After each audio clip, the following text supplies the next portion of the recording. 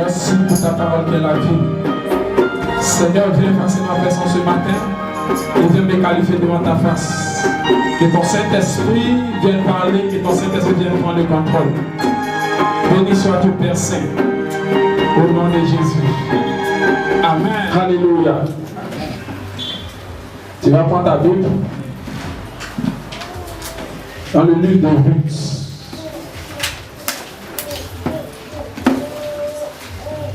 Si tu as ta Bible, tu prends ta Bible dans le livre de Ruth. Ruth, chapitre 1, verset 16.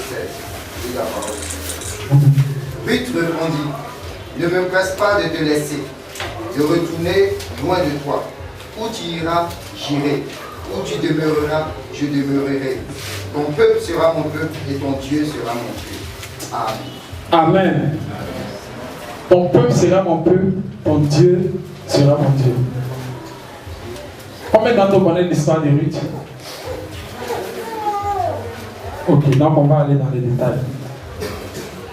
Gloire à Dieu. Amen. Le thème de ce matin, c'est ton Dieu sera mon Dieu. Alléluia. Amen. Je vais lire à partir du verset 1er. On dit, du temps des juges, il y eut une famine dans le pays. Un homme de Bethléem de Juda partit avec sa femme et ses 2 fils pour faire un séjour dans le pays de Moab. Le nom de cet homme était Elimelech, celui de sa femme Naomi.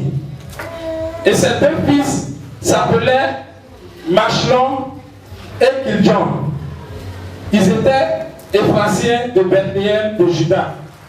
Arrivés au pays de Moab, ils fixèrent leur demeure. Elimelech, mari de Naomi, mourut, et elle resta avec ses 2 fils. Il prit des femmes moabites, dont l'une se nommait Orpa et l'autre Ruth, et ils habitaient là environ 10 ans. Machlon et Kiljon moururent aussi tous les 2, et Naomi resta privée de ses 2 fils et de son mari. Le verset 6. Puis elle se leva, elle et ses 2 filles, afin de quitter le pays de Moab, car elle apprit au pays de Moab que l'Éternel avait visité son peuple et lui avait donné du pain. Elle sortit du lieu qu'elle habitait, accompagnée de ses 2 filles, et elle se mit en route pour retourner dans le pays de Juda. Amen. Amen. Ce qui détermine la destinée d'un individu, ce qui détermine la suite de la vie de quelqu'un, c'est le choix du Dieu qu'il fait dans sa vie. Dis Amen. Amen. Ce qui détermine la bénédiction de quelqu'un, ce qui détermine le salut de quelqu'un, c'est le choix du Dieu qu'il fait dans sa vie. Amen. Et c'est pourquoi ce matin, notre thème, c'est ton Dieu sera mon Dieu. Parce que sur cette terre, beaucoup de personnes adorent beaucoup de choses, beaucoup de personnes suivent beaucoup de choses, mais ils pensent que c'est Dieu. Mais voici une histoire d'une femme qu'on appelle Naomi, qu'on vient de lire tout à l'heure. Et comme beaucoup ne connaissent pas l'histoire, on va aller pas à pas et on va la raconter. Naomi avait son mari qu'on appelait Elimelech. Ils étaient de Bethléem de Juda.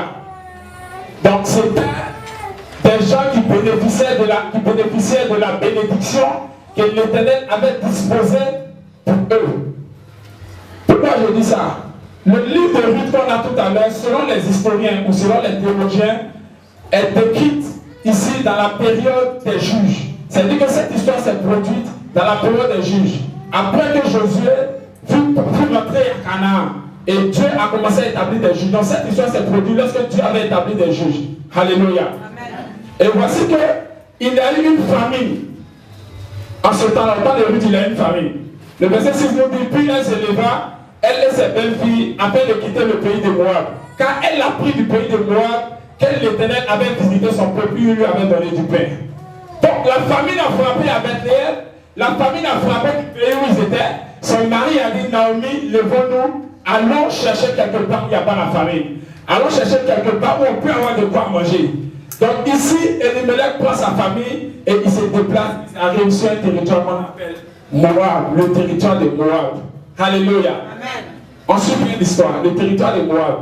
Et à Moab, il arrive que, après cet état, son mari qu'on appelle Elimelech meurt. Elimelech est mort.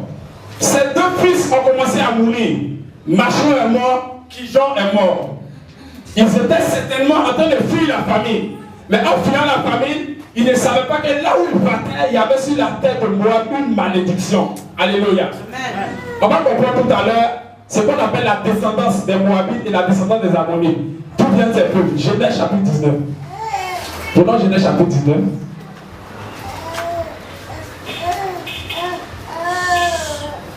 Donc, M. Elimelech, il prend sa femme Naomi, il prend ses deux enfants et ils s'en vont dans un territoire qu'on appelle Moab. Parce qu'ils étaient, selon eux, en train de fuir la famille. Maintenant, on prend Genèse chapitre 19. Si on peut lire à partir du verset 36. Je lis la parole de Dieu avec considération. Genèse chapitre 19, verset 36. Les deux filles de Lot devinrent enceintes de leur père. Alors un peu plus haut. Alors verset 35, 34. Le lendemain, l'aîné dit à la plus jeune, voici, j'ai couché la nuit dernière avec mon père. Faisons-lui boire du vin encore cette nuit et va coucher avec lui afin que nous conservions la race de notre père. Elle fit boire du vin à leur père encore cette nuit-là. La cadette alla coucher avec lui. Il ne s'aperçut ni quand elle se coucha, ni quand elle se leva. Les deux filles de Lot devinrent enceintes de leur père. L'aînée enfanta un fils qu'elle appela du nom de Moab. C'est le père des Moabites jusqu'à ce jour. Donc l'aîné enfante un fils du nom de Moab, qui est le père des Moabites. On continue. La plus jeune enfanta aussi un fils qu'elle appela du nom de Beth Ami. C'est le père des Ammonites jusqu'à ce jour. Amen. Tu peux t'asseoir. Donc ici, la plus grande ici, connaît Lot. Lot, c'était le neveu d'Abraham, celui qui était avec Abraham, qui est sorti de Sodome et Gomorrhe. Donc voici que Dieu les a délivrés de la destruction de Sodome et Gomorrhe. Et ils sont allés dans un territoire, d'une île, d'un endroit où il n'y avait pas d'homme. Et c'était difficile. Donc voici ce que cette vie propose. La plus grande dit, voici ce qu'on va faire. Comme notre père est vieux, et il n'y a pas de descendance qui va garder la lignée, on n'a qu'à donner du vin à notre père. Quand notre père va boire, il sera saoulé et on va coucher avec lui. Comme ça, on aura une descendance. C'est de là que la malédiction est descendue sur la vie de Moab, sur la vie du territoire de Moab. Pourquoi? Parce que les Moabites, ou encore la descendance de Moab, est née de ce qu'on appelle un inceste, qui est maudit par Dieu. Donc voici que Elimelech et sa femme ici vont sur le territoire de Moab. Pensant fuir la famille, mais ils descendent dans ce qu'on appelle la malédiction. Pourquoi? Parce que là-bas, la descendance, c'est que c'est un inceste qui a fait toute cette tribu. Et depuis ce jour, ils ont été en guerre avec Israël. Ils ont toujours pourchassé Israël. Les Ammonites, les Moabites, tous ces peuples ont fortement poursuivi Israël. Poursuivi Israël fortement. Et ils ont combattu Israël. Pourquoi? Parce qu'ils étaient ennemis d'Israël, ennemis de Dieu. Et ce qu'ils pratiquaient là-bas n'était pas agréable à Dieu. Ce qu'ils pratiquaient là-bas n'était pas quelque chose que Dieu pouvait approuver. Parce que la malédiction était déjà chez eux. Donc tous les dieux qu'ils adoraient étaient des faux dieux. Tout ce qu'ils faisaient était fait devant Dieu. Mais à cause de la famine, ils quittent leur beau pays. Et ils s'en vont dans un territoire où il y a la malédiction. Ils ne devaient pas partir. Amen. Amen. Ils ne devaient pas partir. Parce que quand Dieu envoie la difficulté dans la vie de son peuple, c'est pour un temps. Amen.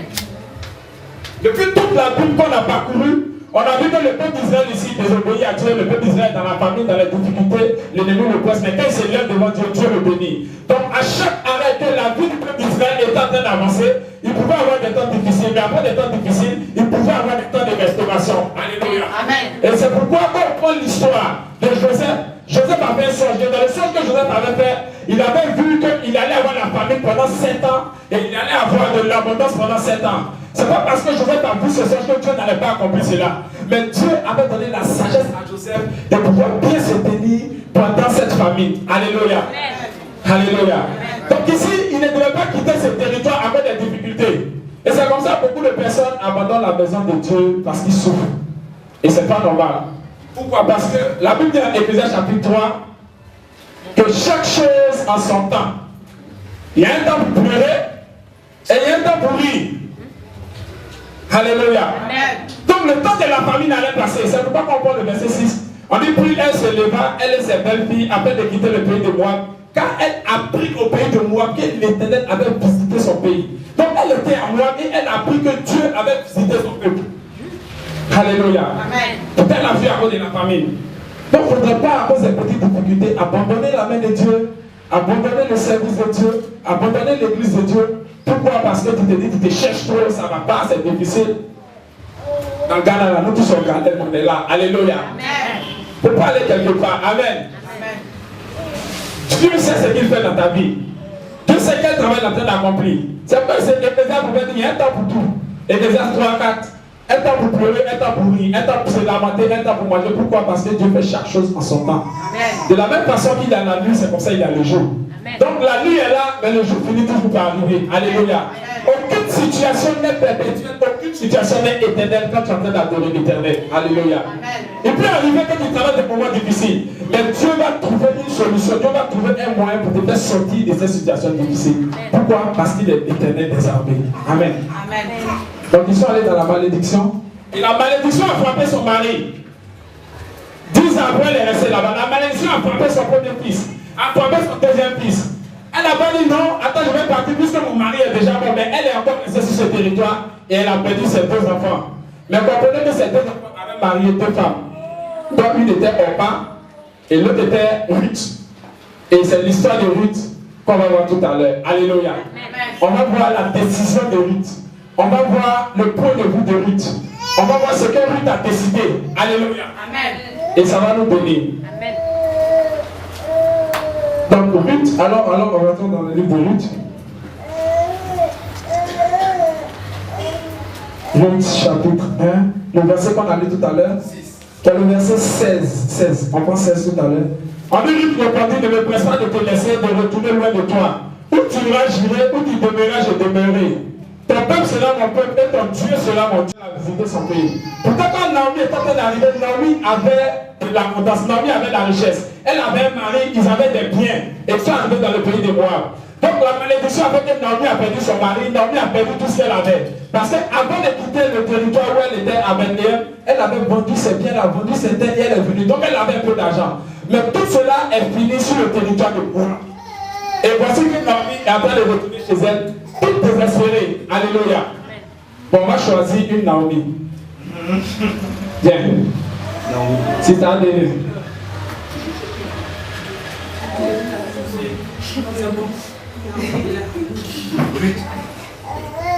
Viens, si tu as viens. Est-ce qu'on peut arrêter Naomi? C'est pour imaginer. Si tu as bien, viens. Naomi.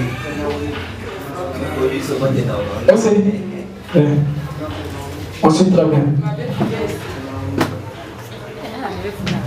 Regarde là. Arrête ici. Regardez-moi. C'est comme ça. Naomi partait et elle a dit à ses 2 filles, il faut les regarder, de se retourner. Non, regardez-la bien, comme si vous la suivez, voilà. De se retourner. Regardez, on va lire le passage. Elle reste là, on lit le passage. Prenons Ruth chapitre 1, le verset 8. Lisons le verset 8. Naomi dit alors à ses 2 belles filles, allez, que chacune retourne à la maison de sa mère. Pourquoi dire à la maison de sa mère? Parce que leur père même était déjà décédé. Puisque la malédiction qui frappait là-bas, c'est tous les hommes que ça tuait. Les hommes n'arrivaient à un certain âge. Donc elle dit, allez elle dit ici, allez, que chacune retourne à la maison de sa mère. Que l'Éternel use de bonté envers vous, comme vous l'avez fait envers ceux qui sont morts, et envers moi. Que l'Éternel vous fasse trouver à chacune du repos dans la maison d'un mari. Et elle les baisa. Donc elle a fait 2 billes. Naomi, pardon, Ruth, on va vraiment retourner, parce que là où je vais là, je ne sais pas. Et on continue. Au verset 10. Et elle lui dit, non, nous irons avec toi, avec ton peuple. Naomi dit, retournez les filles. Pourquoi viendrez-vous avec moi? Est-ce encore dans mon sein des fils qui puissent devenir vos maris? Donc ici elle a dit, Naomi a dit, retournez, vous ne me suivez pas. Mais est-ce que dans mon ventre, même si tout à l'heure je décide d'être enceinte d'avoir un mari, est-ce que vous êtes sûr que vous pouvez attendre jusqu'à ce que vous allez le marier? Je ne peux rien faire pour vous retourner vous. Regardez la décision de Naomi, regardez la décision d'Orpa. Au verset 13. Attendez-vous pour cela juste, pour cela qu'il ait grandi, refusez-vous pour cela de vous marier? Non, mes filles, car à cause de vous, je suis dans une grande affliction de ce que la main de l'Éternel s'est étendue contre moi. Et elle élevait la voix et pleurait encore. Orpa baisa sa belle-mère, mais Ruth s'attacha à elle. Donc Orpa dit, c'est pas la peine, je m'en vais. On acclame le Seigneur. C'est là.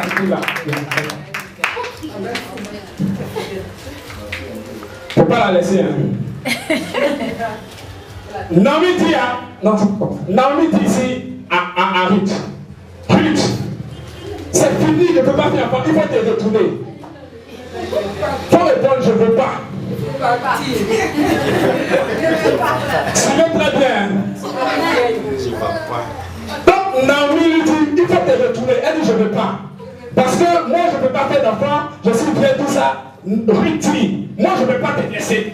Parce que ton Dieu sera mon Dieu. Alléluia. Est-ce que vous savez pourquoi Naomi a dit ton Dieu sera mon Dieu? Vous pouvez vous asseoir. Merci, Dieu vous bénisse. Vous savez pourquoi Naomi a dit ton Dieu sera mon Dieu? Pourquoi Ruth a dit ton Dieu sera mon Dieu? Ruth depuis Orpa avait marié les deux enfants d'Elimelech. Donc ici, là où ils partaient adorer Dieu à Bethléem, parce qu'ils étaient vraiment la descendance du peuple d'Israël, la descendance d'Abraham. Donc ils avaient appris à adorer le vrai Dieu. Ils avaient appris à adorer le Dieu véritable. Donc ici, le mari de Naomi a compté toutes les merveilles que Dieu avait fait ici dans la vie de leur peuple. Et le mari de Orpa a fait la même chose. Il a dit, non, Dieu là, lorsqu'on était les plus parents voulaient nous tuer. Lorsqu'on était devant la mer rouge, voici, Dieu a ouvert la mer rouge, on est passé. Pharaon n'a pas pu nous attraper. Et puis aussi, il s'est révélé à Moïse. Il a fait tel miracle dans le désert, voyez ce qu'il a fait. Voici ce qu'il a fait. Donc, elles ont compté toute l'histoire ici. Ils ont compté toute l'histoire à leur femme. Amen. Donc sur la base de ce que Ruth avait entendu, sur la base de ce que Naomi avait entendu, chacun devait faire son choix. Alléluia. Donc on parle ici qui était découragé. Parce qu'en fait son mari qu'elle avait marié était juif, il était hébreu. Donc il avait l'histoire du peuple hébreu. Il avait l'histoire de la sortie depuis Josué, depuis Moïse, depuis les juges, tout ça. Parce qu'on était autant des juges. Et voici que Orpa s'est découragé, Orpa s'en va avec l'information qu'elle avait. Et Orpa est retourné vers ses dieux, Orpa est retourné vers ses adorations, Orpa est retourné vers sa famille, Orpa allait toujours rester dans la malédiction malgré ce qu'elle avait entendu du Dieu d'Israël. Mais Ruth s'est arrêtée. Ruth dit non, je ne peux pas te laisser, Naomi. Naomi, je ne peux pas te laisser. C'est vrai que tu n'as rien pour moi, Naomi, mais je ne peux pas te laisser. Alléluia. Naomi, tu n'as rien pour moi. Quand je te regarde, c'est vrai, même si tu fais avoir, je ne vais pas attendre pour la marier, mais Naomi, je ne peux pas te laisser. Naomi, ton Dieu sera mon Dieu. Naomi, j'ai entendu quelque part que votre Dieu a délivré le peuple d'Israël. Naomi, j'ai entendu quelque part que votre Dieu envoie le pain du ciel. Naomi, j'ai entendu quelque part que votre Dieu a guéri dans le désert. Naomi, j'ai entendu quelque part que votre Dieu délivre. Naomi, j'ai entendu quelque part que votre Dieu est celui qui a la solution. Naomi, j'ai entendu quelque part que ton Dieu est le bon Dieu.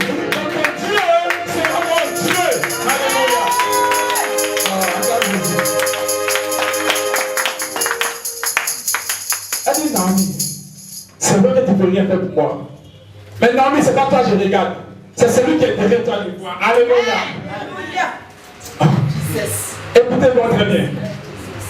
Ruth dit à Naomi, c'est vrai que quand tu me regardes, tu penses que tu ne peux rien faire pour moi. Mais celui qui est derrière toi peut faire pour moi. Alléluia.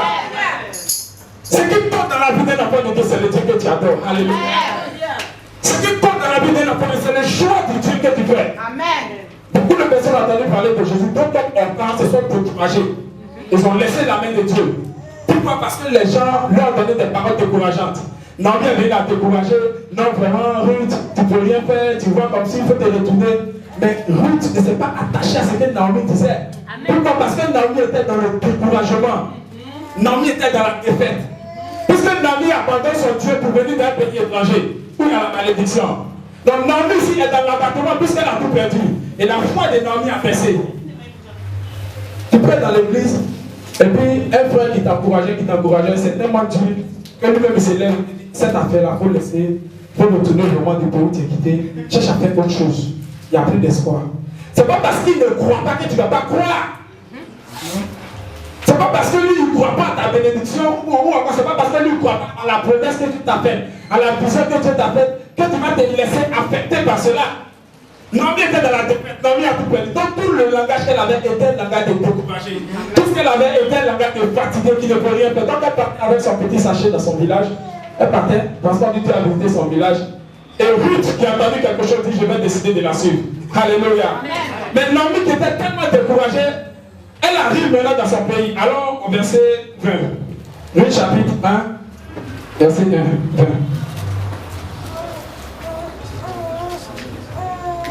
Ruth chapitre 1, verset 20.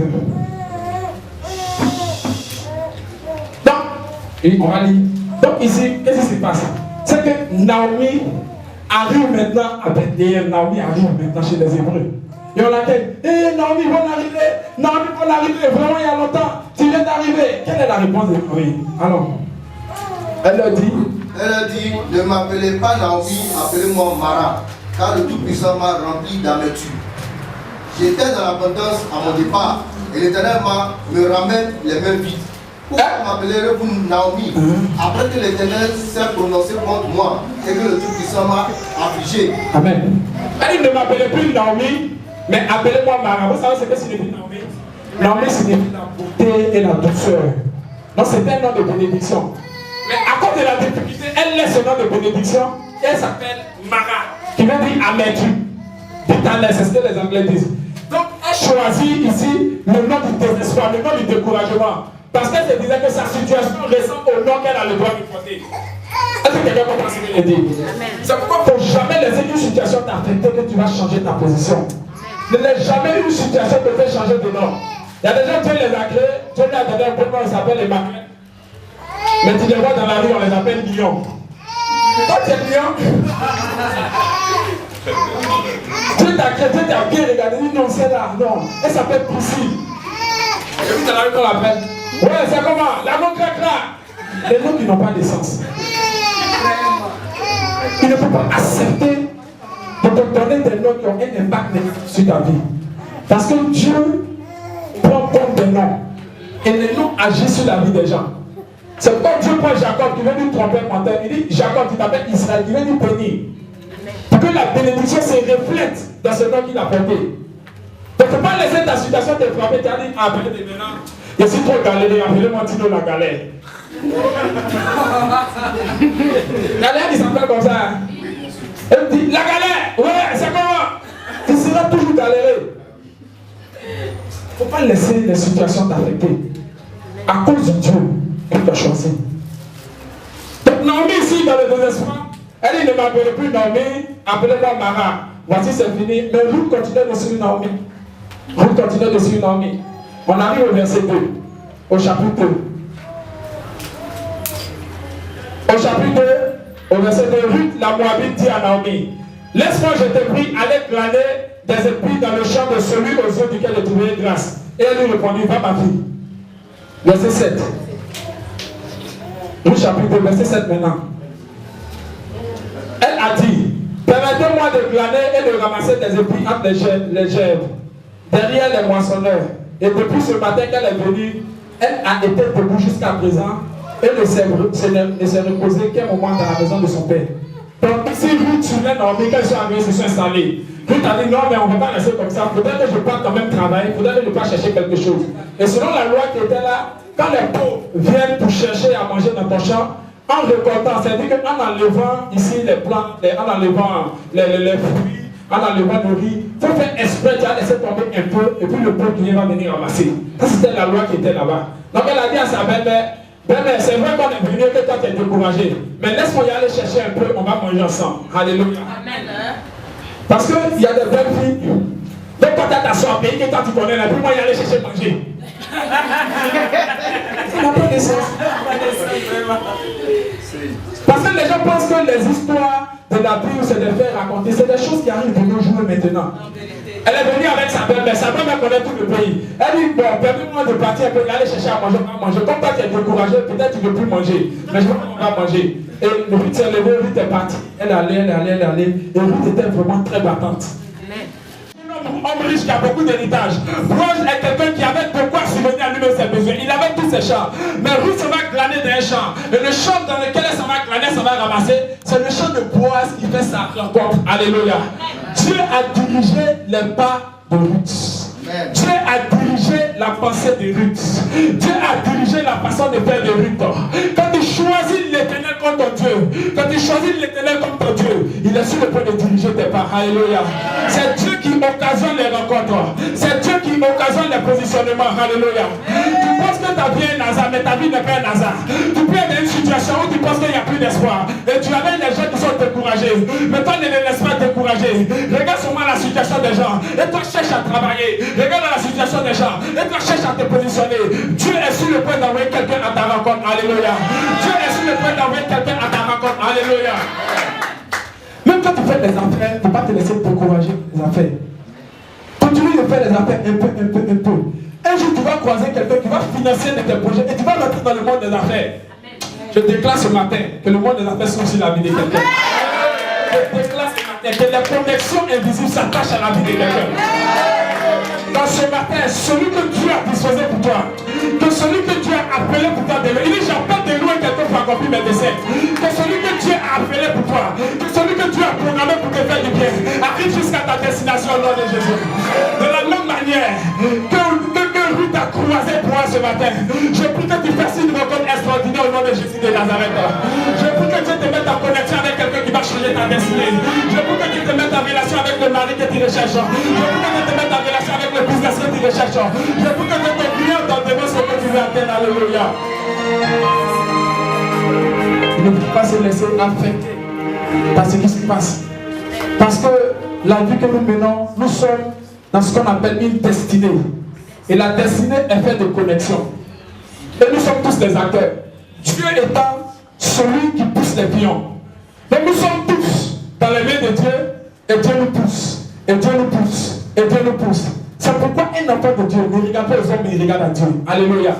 Parce que tu peux traverser une situation où tu vas penser que l'homme qui est devant toi peut te donner la solution. Mais en réalité, l'homme qui est devant toi ne peut pas te donner la solution. C'est Dieu qui peut te donner la solution. Alléluia. Naomi qui était devant Ruth dit à Ruth, faut te retourner, je ne peux rien faire pour toi. Ruth n'a pas regardé à Naomi parce que Naomi ne pouvait rien faire. Mais Ruth a regardé à Dieu. Ruth a regardé à l'Éternel qui marchait avec Naomi. Alléluia. C'est pourquoi tu peux t'entourer de plusieurs personnes. Mais ce qui doit t'intéresser, c'est ton Dieu. Alléluia. Quelqu'un peut te faire une promesse. Quelqu'un peut te dire, je vais te bénir cette année. Je vais t'aider à voyager. Je vais t'aider à faire tes papiers. Je vais t'aider à ouvrir une affaire. Dis merci. Mais je regarde à Dieu. Alléluia. Parce que c'est Dieu qui touche les cœurs. C'est Dieu qui gère les situations. C'est Dieu qui sort. C'est Dieu qui sait et c'est Dieu qui établit. Alléluia. C'est pourquoi David pouvait dire, malheur à celui qui met sa confiance en l'homme. Celui qui prend l'homme pour appui. Parce qu'à chaque arrêt, que tu mets ton appui sur un homme, Dieu voit sa place en train d'évoluer. Donc Dieu qui est jaloux te regarde. Il veut que tu t'accroches à lui pour que lui, il envoie les connexions à ta faveur. Parce que tous ceux qui sont venus se promener dans la rue, c'est Dieu qui les dirige. Et c'est Dieu qui les dirige en la faveur des gens. Donc voici que Ruth est en train de faire la rencontre de quelqu'un qu'on appelle Boaz. Alléluia. Et Boaz change la vie. Il change la destinée de Ruth. Parce qu'il est venu, il a vu Ruth en train de travailler. Il a vu Ruth en train de chercher à manger pour sa belle-fille, pour sa belle-mère. Alléluia. C'est pourquoi il ne faut pas t'asseoir comme ça. Tu n'as pas quelque chose de Dieu, c'est vrai. C'est l'heure de me marier, c'est l'heure de faire ceci, cela. Tu pries. Mais il faut chercher aussi dans la vie active où tu es. Il faut te chercher. Quand tu es là oublié, c'est là que Dieu va t'envoyer la connexion. Ruth ne savait pas qu'elle allait croiser Boaz. Il n'est pas écrit quelque part qu'elle ne savait même pas dans quel champ elle partait. Son retour, elle a dit à sa belle-mère, le champ où je suis parti, c'est le champ de Boaz. Elle dit Dieu merci. Alléluia. Et on va arriver à là tout à l'heure. Alléluia. Est-ce que quelqu'un avec moi? Ne partez pas et restez, on va prêcher. Amen. Puis chapitre 2, verset 15. Allons verset 15 maintenant. Donc, quelqu'un le verset 15 et donc Ruth ici commence à glaner, commence à ramasser. Parce que j'ai dit tout à l'heure que selon la loi qui se passait chez eux, c'est qu'à cause des pauvres, ça va être dans Deutéronome 24, à cause des pauvres, quand tu es en train de ramasser, il faut jeter un peu par terre. Et puis ils vont se promener pour ramasser. Ou encore il faut laisser ce qui n'est pas trop bon, ils vont se promener. Donc eux, ils cherchaient dans les herbes. Pourquoi c'est que les gens oubliaient pour prendre pour aller manger? Et Ruth était dans le champ, Ruth était en train de se promener. Lis le verset 15. promenait et Joab l'a rencontré. Et voici ce que Joab dit. Voici ce que Joab dit.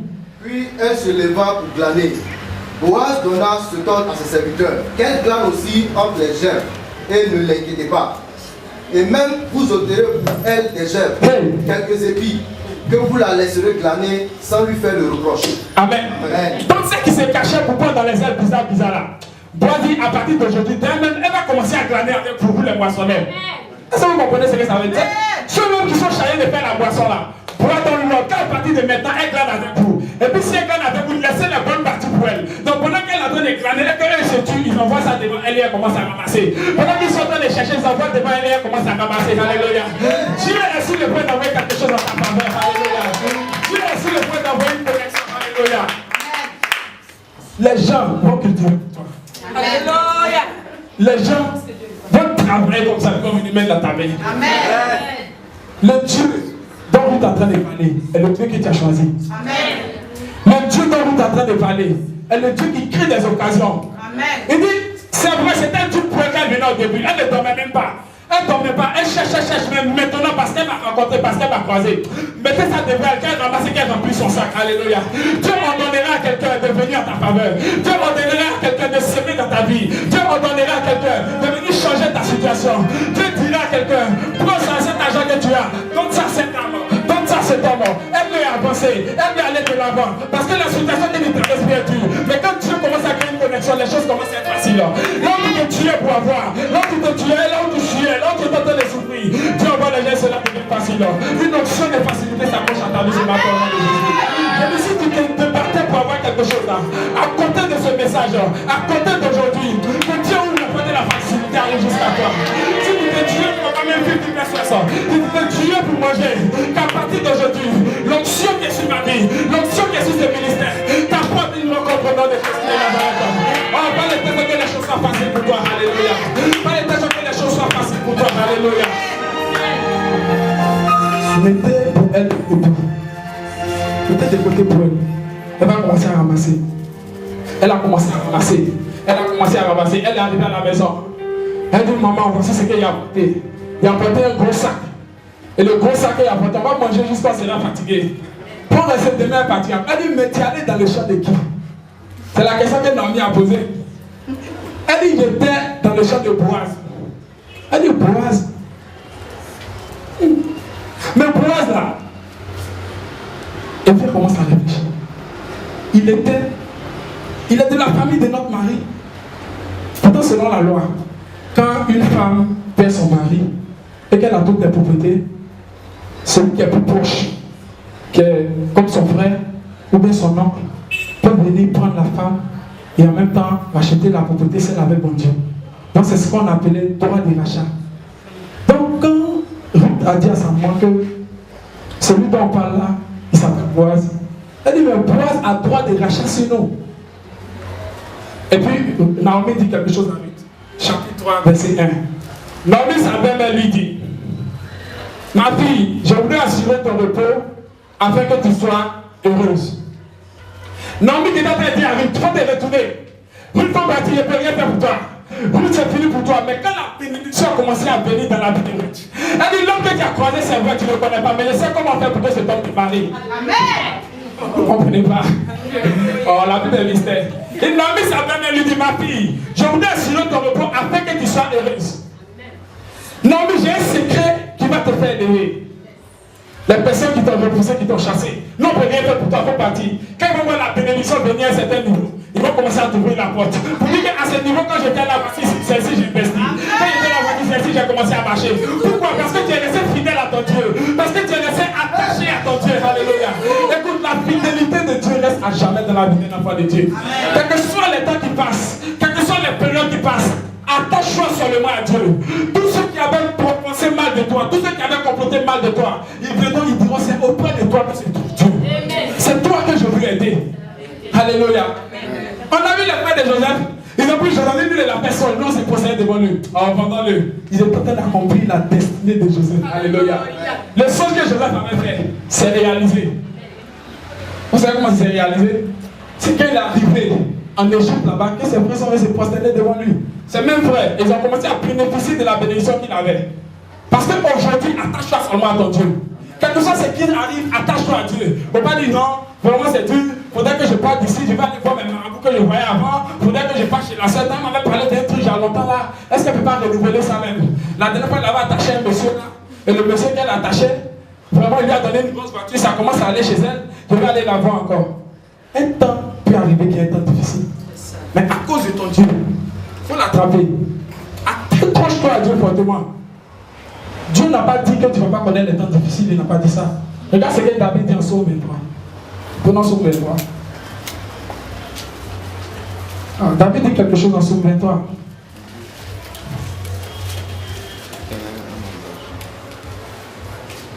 C'est pas le verset 1, on va lire. 4. 23, 4. Psaume 23, 4. Quand je marche dans la vallée de l'ombre de la mort, je ne crains aucun mal. Quand je marche dans la vallée de l'ombre de la mort, je ne crains. Il dit, je suis avec vous tous les jours jusqu'à tout le temps. Même quand c'est dur, il est avec toi. Quand la bénédiction arrive et que tu es content, tu commences à rire, il est avec toi encore.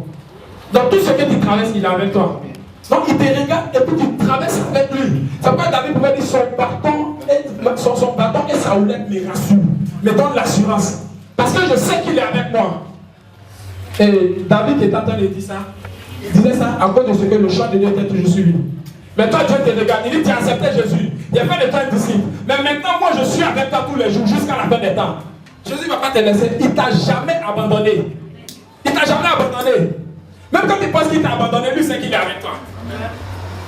Parce qu'aucune tentation, 1 Corinthiens 10, 13. 1 Corinthiens 10, 13. Aucune tentation n'est surhumaine. Dieu ne peut pas nous tenter au-delà de nos forces. Ou encore nous éprouver au-delà de nos forces. 10, 13. 1 Corinthiens 10, 13. Aucune tentation ne vous est survenue qu'elle n'a été humaine. Et Dieu qui est fidèle ne permettra pas que vous soyez tentés au-delà de vos forces. Amen. Aucune tentation, aucune difficulté ne peut survenir à un enfant de Dieu et cette difficulté n'est pas humaine. C'est pas possible.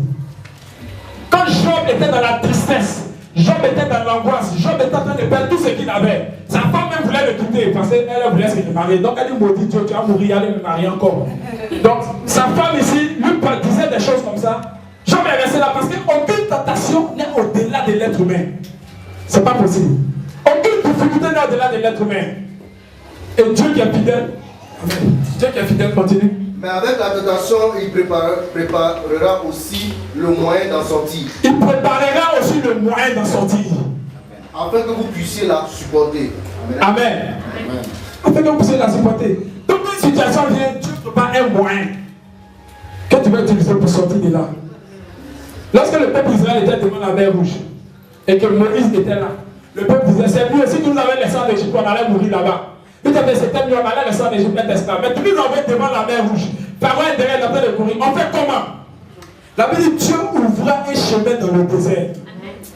Quand tu es au point de la difficulté, quand tu es au point où il n'y a plus d'espoir, parce que là où la main de l'homme s'arrête, c'est là la main de Dieu commence. Alléluia. Là où les hébreux sont arrêtés devant la mer Rouge et il n'y a pas d'espoir. Mais on va regarder où?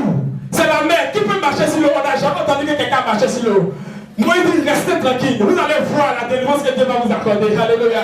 Il dit, ne criez pas, restez tranquille. Mais vous allez voir la délivrance que l'Éternel va vous accorder. La Bible déclare que la mer Rouge s'est fendue et ils ont commencé à marcher. Alléluia.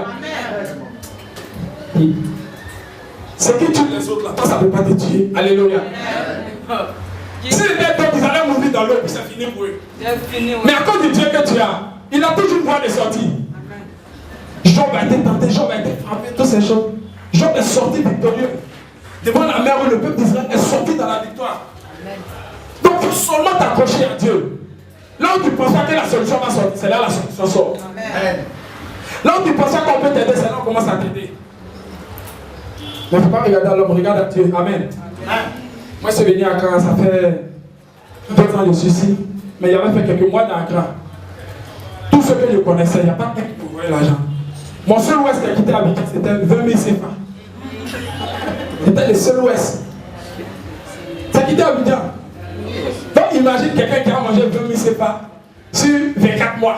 C'est pas possible. Où Ghana est Dieu là?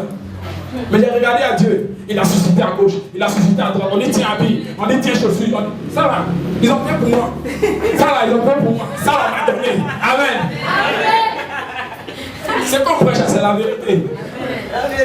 Et que Dieu bénisse ceux qui m'ont donné. À chaque fois qu'il est prêché, que Dieu les bénisse. Amen. Donc Dieu ouvre les portes. Et puis il crée les connexions. Et puis tu continues de vivre. Tu continues de vivre. Tu continues de vivre. Mais Dieu n'est pas que tu es là. Regarde-le seulement à l'œuvre. Toi, occupe-toi de quelque chose. Prie seulement. Regarde-le à l'œuvre. Dieu est capable de créer des connexions. Dieu est capable de créer des situations.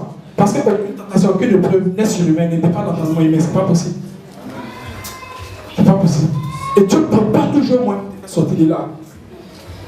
Dieu prépare toujours une voie de sortie pour toi. Paul et Silas sont dans la prison. Ils chantent, ils louent. Paul et Silas, ils ne savaient pas qu'ils allaient sortir.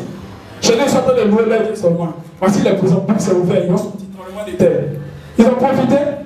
6 mois, il va bénédiction. Il n'y a pas m'arrêter. Il a sorti aussi. Les autres prisonniers, tout le monde voulait sortir. Pourquoi? Parce que Dieu a toujours une voie de sortie pour les difficultés. Amen. Dieu a toujours une voie de sortie pour les difficultés. C'est pourquoi il faut faire attention au Dieu que tu choisis. Puis tu as dit, ton Dieu sera mon Dieu. Moi, c'est Jéhovah Jireh, je veux. Parce que Jéhovah Jireh, c'est le Dieu du pouvoir. Sur la montagne, Abraham voulait tuer son fils. Il dit, ne mets pas la main sur l'enfant. Voici une brebis qui est là. Il prend et il demande le brebis. Elle a la brebis. Abraham dit, à partir d'aujourd'hui, c'est Jéhovah Jireh. C'est le Dieu qui pouvoir parce qu'il a prouvé. Elle dit, elle veut Jéhovah Jireh. Et Jéhovah Jireh, c'est lui que tu adores. Amen. Amen. Quand tu es malade, c'est lui qui prend soin de toi. La Bible dit par ses maîtres ici, nous sommes guéris. La prière, tu as la guérison. C'est pas quelque chose le problème que tu as, quelque chose la maladie que tu as. Il ne faut pas t'inquiéter. Reste tranquille et attends Dieu son agir. Mais toi, reste dans la fidélité, reste dans l'obéissance. Occupe-toi à quelque chose. Et un bon matin, tu vas attendre le bon Dieu. Parce que c'est Dieu qui fait les choses. Alléluia. Et c'est Dieu qui change les situations. Amen. On va revenir encore avec, on continue dans notre histoire de Ruth. On est dans Ruth encore, hein. Ça, voici chapitre 3. Au verset, chapitre 4.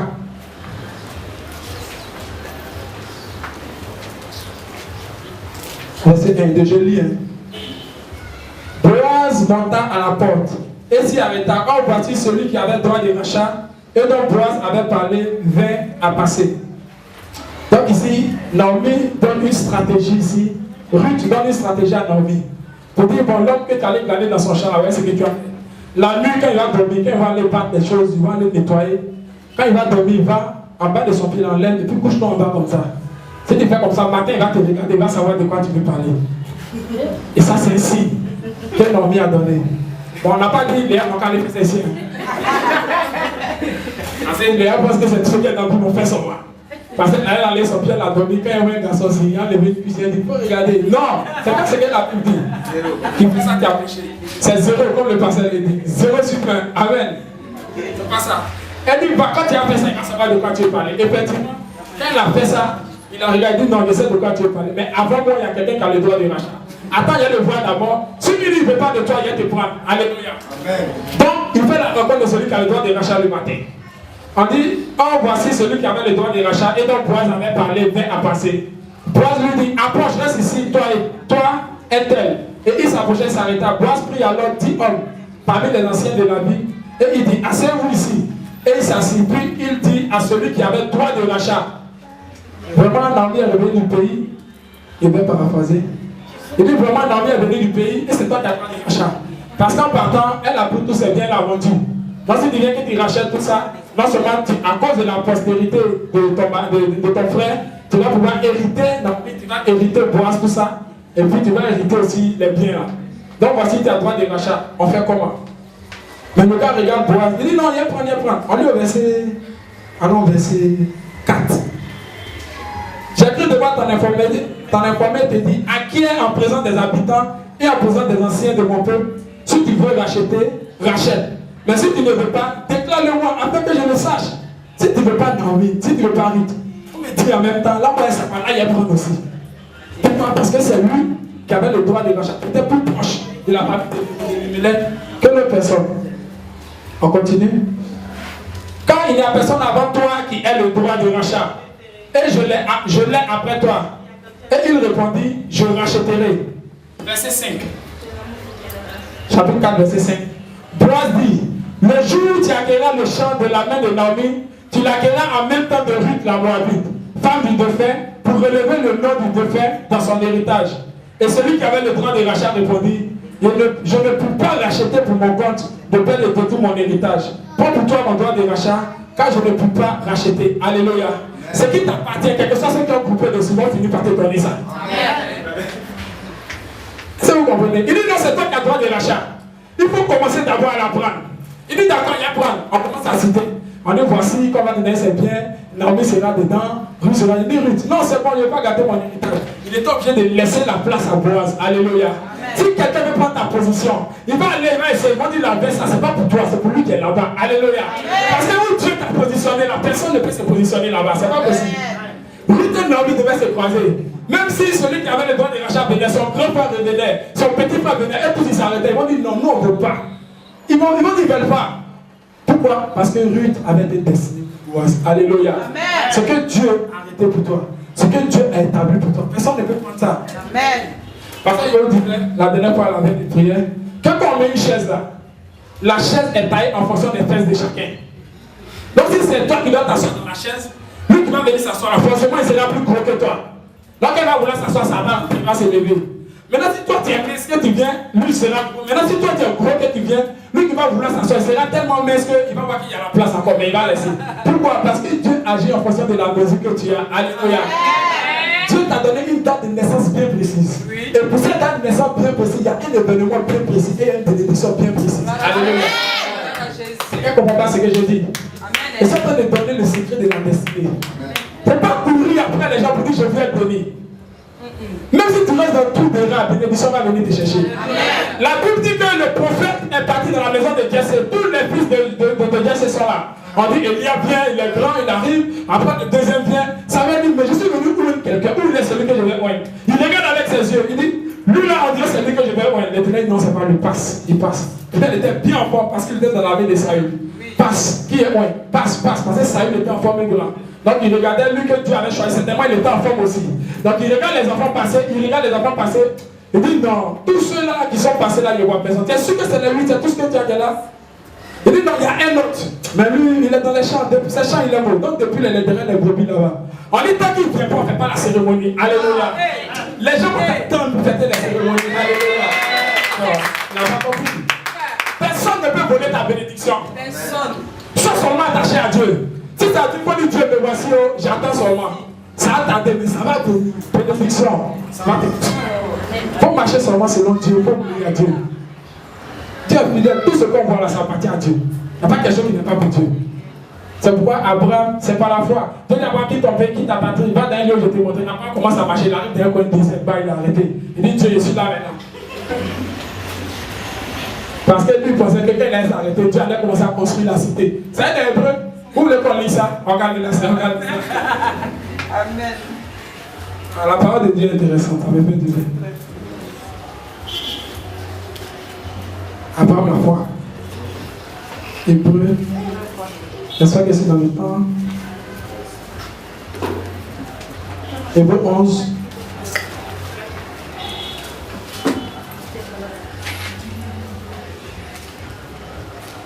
Verset 10. 8 à 10. C'est par la foi qu'Abraham, lors de sa vocation, obéit et partit pour un lieu qu'il devait recevoir en héritage. Et qu'il partit sans savoir où il allait. C'est par la foi qu'il vint s'établir dans la terre promise comme dans une terre étrangère, habitant sous des tentes, ainsi qu'Isaac et Jacob, les co-héritiers de la même promesse. Quand il attendait la cité qui a des solides fondements, c'est dont Dieu est l'architecte et le constructeur. Donc ils attendaient la cité que Dieu même allait venir construire. Donc lui il est parti comme ça. Et c'est à cause de l'obéissance là qu'Abraham est le père de la foi. Alléluia. Donc le Dieu que tu adores, c'est Dieu qui récompense toujours. Quand Ruth a fait le choix de choisir ce Dieu, la Bible dit que Ruth a croisé un homme, Ruth s'est mariée. C'est que sa belle-mère ne pouvait pas lui donner Ruth Aïcha. Les gens ne peuvent pas tout te donner, mais tu peux tout te donner. C'est pourquoi tu dois toujours t'accrocher à Dieu. Lorsque Joseph me mettait dans la prison, Joseph a fini, il a interprété les songes des gens, l'autre est sorti. Il dit, alors si tu sors, il faut te souvenir de moi, hein, parce que je vais penser que la bénédiction ou la délivrance allait sortir des noms. Prenons Genèse 40.